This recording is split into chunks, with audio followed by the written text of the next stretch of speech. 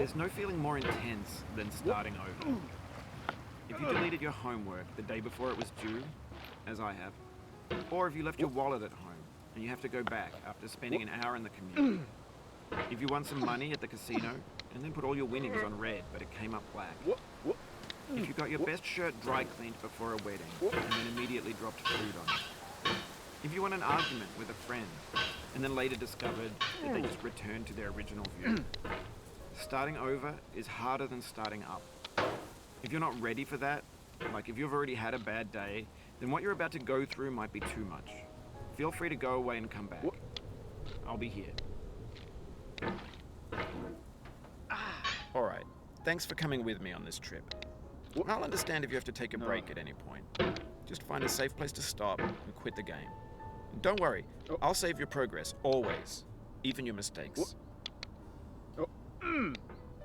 This game is a homage to a free game that came out in 2002, titled Sexy Hiking. The author of that game was Jazuo, a mysterious Czech designer who was known at the time as the father of B games. And B games are rough assemblages of found objects. Designers slap them together very quickly and freely, and they're often too rough and unfriendly to gain much of a following. They're built more for the joy of building them than as polished products. In a certain way, Sexy Hiking is the perfect embodiment of a B game. It's built almost entirely out of found and recycled parts, and it's one of the most unusual and unfriendly games of its time. In it, your task is simply to drag yourself up a mountain with a hammer.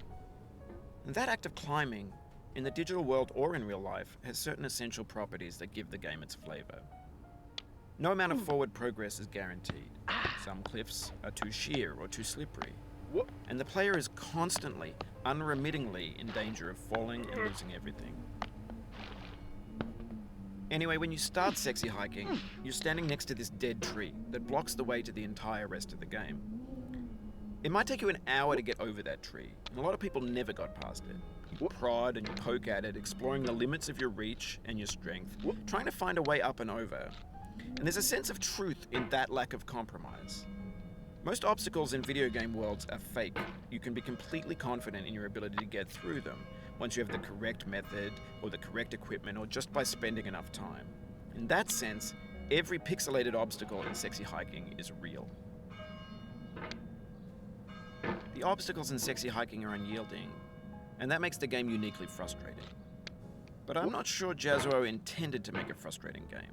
The frustration is just essential to the act of climbing, and it's authentic to the process of building a game about climbing.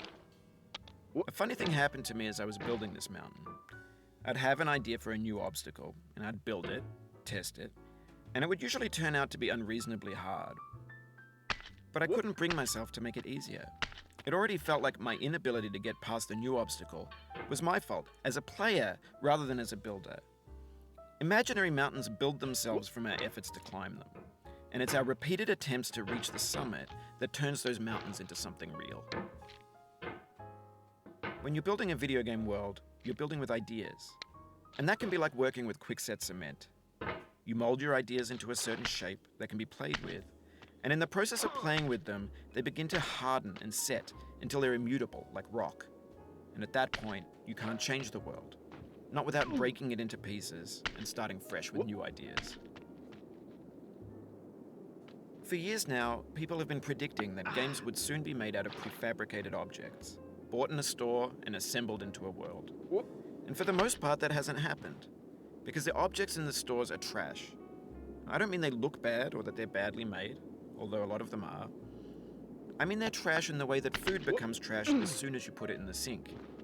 Things are made to be consumed and used in a certain context, and once the moment is gone, they transform into garbage. In the context of technology, those moments pass by in seconds. Over time, we've poured more and more refuse into this vast digital landfill that we call the internet. It now vastly outnumbers and outweighs the things that are fresh and untainted and unused. When everything around us is cultural trash, trash becomes the new medium, the lingua franca of the digital age. And you can build culture out of trash. But only trash culture. B games, B movies, B music, B philosophy. Maybe this is what digital culture is. A monstrous mountain of trash, the ash heap of creativity's fountain.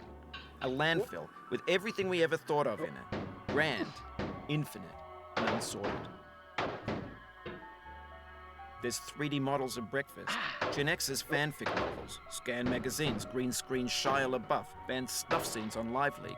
Facebook's got lifelike bots with unbranded adverts and candid shots of Kanye and Taylor Swift mashups, car crash epic failed GIFs, Russian dashcam vids, discussions of McRibs, discarded, forgotten, unrecycled, muddled, rotten, untitled.